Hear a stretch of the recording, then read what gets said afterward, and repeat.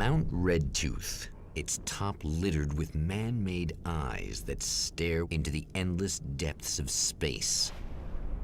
Tonight, the Champion of Light will depend on them to pick out a message from the ether.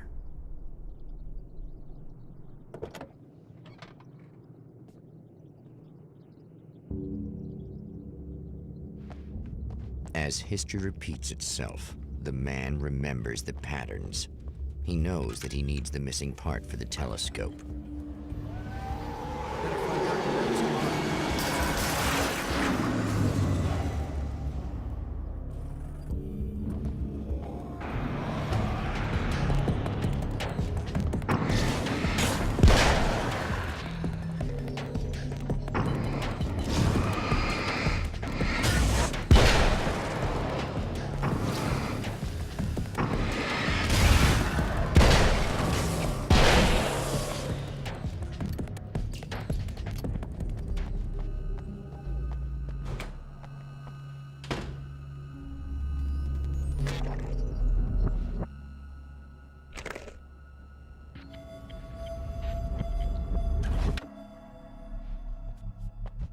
Oh, praise be. You guys are coming through for me.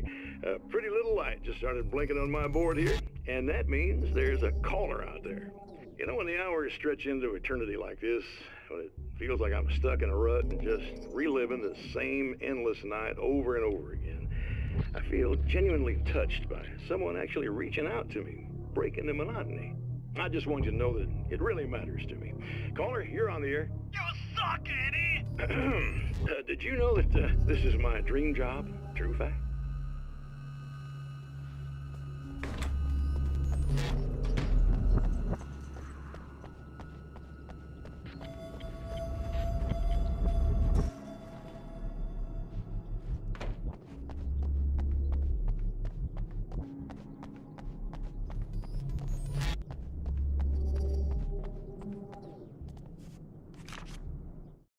When Dr. Rachel Meadows got the call from Michael, telling her to hurry to the observatory, she didn't waste any time.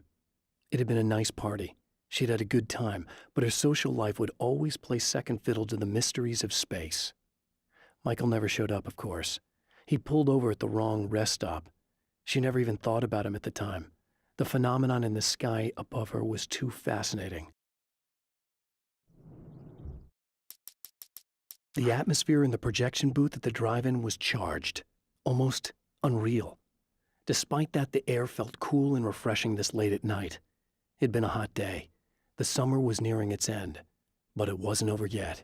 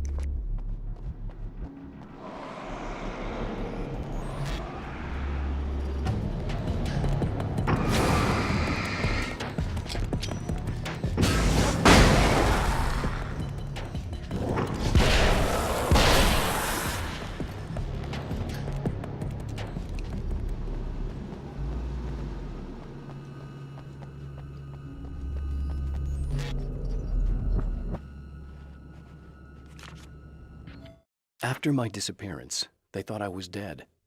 I might as well have been. I know it's been 2 years. I know Alice has moved on. I've tried to find a way back to her, back to my life, but escaping the dark place is almost impossible. Time does strange things here, but dreams and radio signals can pierce the veil between the worlds.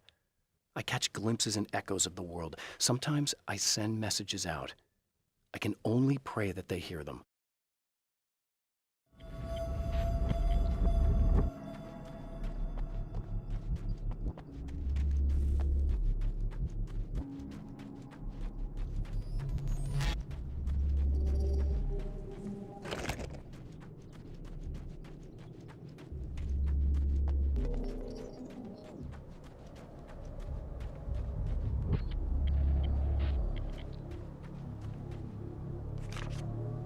The Taken may well be the tool the darkness favors over any other.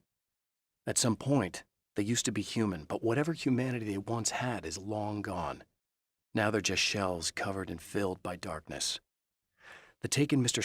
throws at me are more grotesque and varied than the ones I first encountered in Bright Falls. But I know how to deal with them. I'd be lying if I said they don't frighten me. But I've survived worse. I can't let them stop me.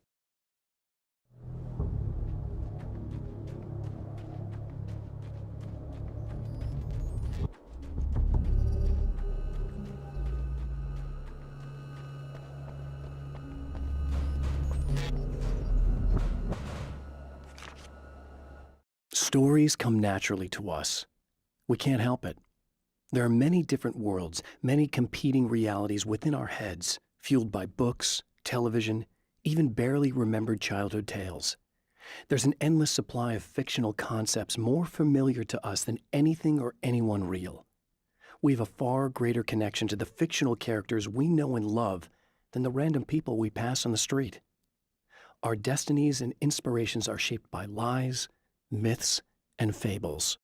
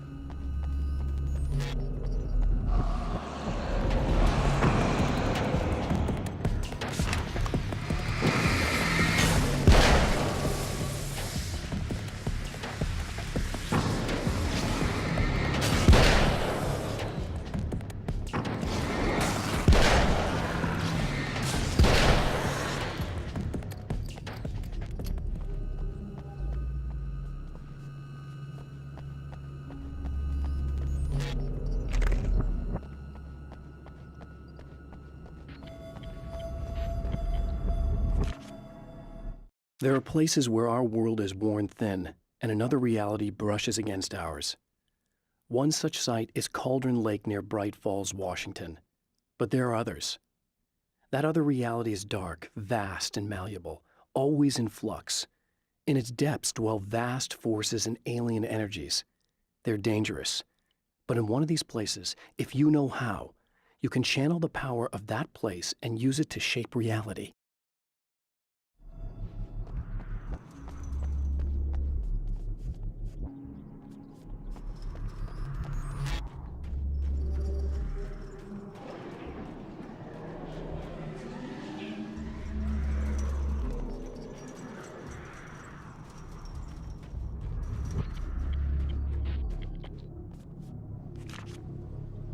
The darkness rose from the depths of Cauldron Lake and took Alice. It needed words. It needed me to write its way into our world. She was leverage, a hostage. I complied, but with a twist. I put in a loophole that gave me a chance to fight back. I was hunted by shadowy enemies, but I faced the darkness. I fought it with light. I drove it back. I saved Alice, but it came with a cost. I was trapped in the dark place below Cauldron Lake.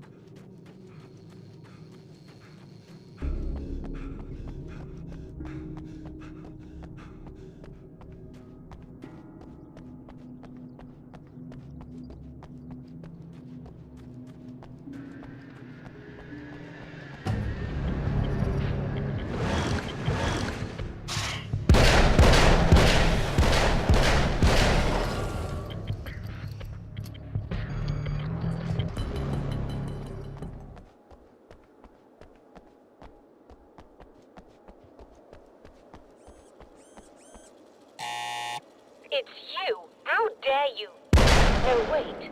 It isn't you. Is it? I suppose you'd better come in. I'll unlock the door.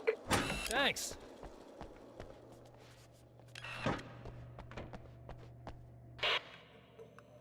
I know what you're thinking. Evil twin, supernatural powers. But most of the time, I just like to keep things basic. I want you to understand that.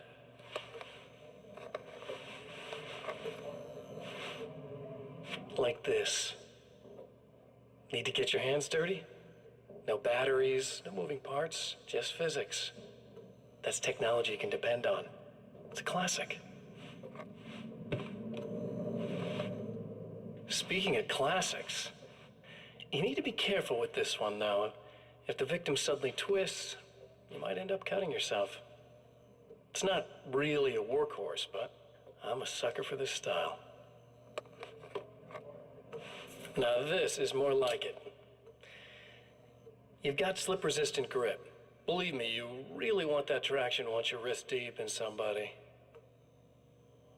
The blade's stiff enough so it won't open by accident in your pocket, but it's still really easy to open with just one hand. Now that's a big thing for me. I know what you're thinking. It's too big, too heavy. But sometimes you just need the extra oomph. If you're talking intimidation, this is gonna do the job. Also great for dismemberings and whatnot. You know, the messy jobs. I can't tell you how many things I've MacGyvered with this stuff.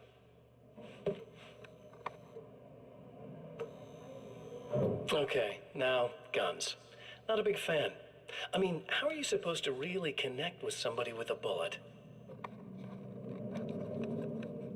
I want you to understand that. I take pride in what I do. We can't both be worthless hacks, can we?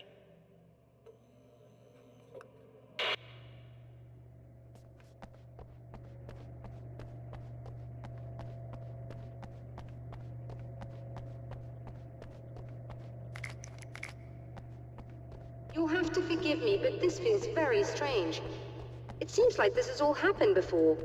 I have the replacement part for your telescope, Doctor. All right. Let's get it installed.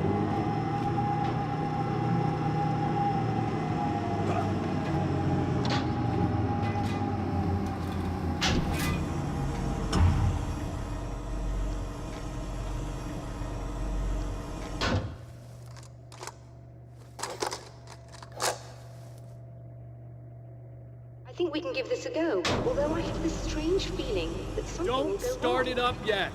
There's a problem with the coolant system. Yes, that's right. I remember. All right, let me think. If they're sabotaging it, they'll be at the primary coolant pipe outside. If you can secure it, we should be ready to pick up the signal. That is why you're here, isn't it? Yes, it is. I'll take care of it. Before you go, if you have the time, I'd appreciate if you came up here and explained a few things. All of this is very strange to me.